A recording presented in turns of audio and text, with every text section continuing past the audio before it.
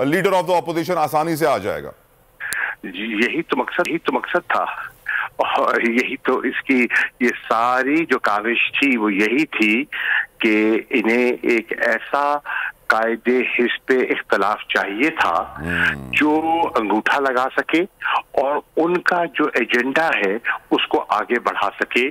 आगे जो मरकज में निगरान सेटअप आना है, वो जो आईन में गुंजाइश है कायदे हिस्ब इख्तलाफ और कायदे ऐवान की एक मीनिंगफुल कंसल्टेशन की, आज वो दफन हो गई है। वो जो सारा कॉन्सेप्ट डाला गया था एक निगरान सेटअप का जो गैर जानिबदार होगा, इन वाकयात ने जो आपने देखा पिछले चंद दिनों में, उन्होंने उस कॉन्सेप्ट को दफन कर दिया है। लगता यही है कि ये अपनी मनपसंद सेटअप जो है केयरटेकर लाएंगे और अपने मनपसंद नतायज हासिल करने की कोशिश करेंगे। How will you stop them sir? आपकी पार्टी, आपकी जमात उनको अपने टारगेट अचीव करने से कैसे रोकेगी? देखिए, तरीका एक ही है। हम कानूनी चारा जो कर सकते हैं हम करने का इरादा रखते हैं। हम अवामी सतह पे पब्लिक ओपिनियन को जो मोबिलाइज कर सकते हैं हम करने की कोशिश कर रहे हैं। अल्टीमेट फैसला जमहूरियत में अवाम ने करना है। अवाम देख रही है क्या हो रहा है, अवाम देख रही है क्या खेल खेले जा रहे हैं। अगर वो खामोशी से उन्हें कबूल कर लेती है तो फिर उसके नतायज हमें भुगतने पड़ेंगे जो पिछले 8 माह से हम भुगत रहे हैं। शाह साहब, अवाम रोटी कपड़ा मकान बिजली गैस पानी में पिसी हुई है। उन लोगों को अपने पेट की पड़ी है, 2 वक्त की रोटी की पड़ी है। वो कहां इस वक्त हालात का मुकाबला कर सकेंगे? वो तो जिस तरफ लाठी जाएगी उसी तरफ चलते जाएंगे और फिर यही हालात मुल्क के ऑलरेडी 4 बिलियन के करीब रिजर्व्स बचे हैं सर। पेमेंट्स के लिए पैसे नहीं है।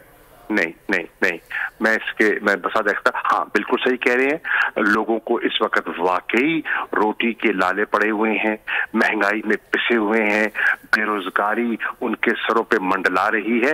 ये बिल्कुल दुरुस्त है, मैं आपसे इत्तेफाक करूंगा। लेकिन इसके बावजूद आवाम की एक राय है और वो अपने वोट के जरिए उस राय का इजहार करते हैं। जिस तरह 17 जुलाई को नून की हुकूमत पंजाब में होने के बावजूद उन्होंने लोटों को और नून के उम्मीदवारों को, पीडीएम के उम्मीदवारों को मुस्तरद किया था।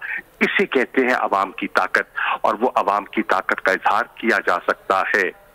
सर, पंजाब में जिस तरह केयर टेकर सेटअप आप कह रहे हैं कि गैर जानिबदार है, तो अगर मौजूदा फेडरल हुकूमत शहबाज शरीफ साहब जो हैं वो कामयाब हो गए हैं पंजाब में गैर जानिबदार केयर टेकर सेटअप लाने के लिए, तो नेशनल असेंबली में कोई चैलेंज नहीं होगा उनके लिए? आप, मुझे लगता है बड़े आराम से ले आएंगे। आपके ख्याल में पंजाब का केयर टेकर सेटअप गैर जानिबदार है? ये आप दिल पे हाथ रख के ये कह सकते हैं? बायस है सर, जानिबदारी का मुजाहरा कर रहा है, इसीलिए वो गैर जानिबदार नहीं है। आपका इसीलिए एहतजाज है।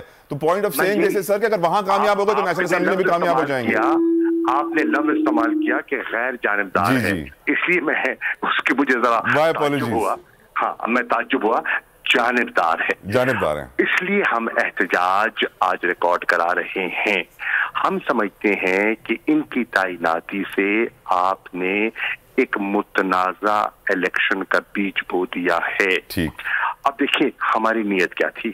हम एक वाकयातन शफाफ इलेक्शन की ख्वाहिश रखते हैं और हमने एक गैर जानिबदार सेटअप लाने की कोशिश की जहां हमारा अख्तियार चला।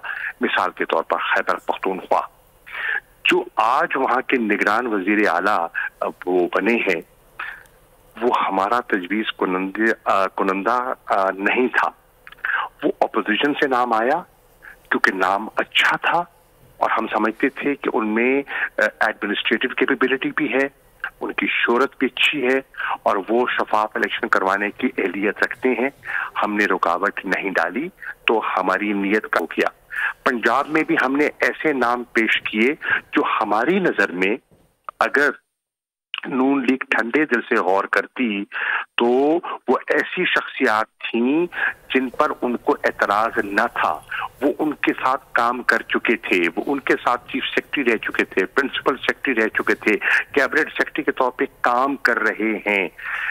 अच्छी शोहरत वाले लोग थे, उनके पास एडमिनिस्ट्रेटिव एक्सपीरियंस था, नॉलेज थी और वो शफाफ इलेक्शन करवाने की सलाहियत रखते थे। लेकिन उन सबको रद्द कर हो गया और हुकूमत के परवरदा लोगों ने राइट। नायब सदर पाकिस्तान तहरीक कुरैशी साहब, thank you so very much for giving us your precious time. उम्मीद करते हैं कि मुल्क के हालात बेहतरी की जानिब जाएं, लेकिन जो इस वक्त फैसले किए जा रहे हैं, जिस तरीके से इस्तीफे मंजूर किए जा रहे हैं, फ्रेंडली ऑपोजिशन लीडर आएगा, पब्लिक अकाउंट्स कमेटी का चेयरमैन भी फ्रेंडली होगा।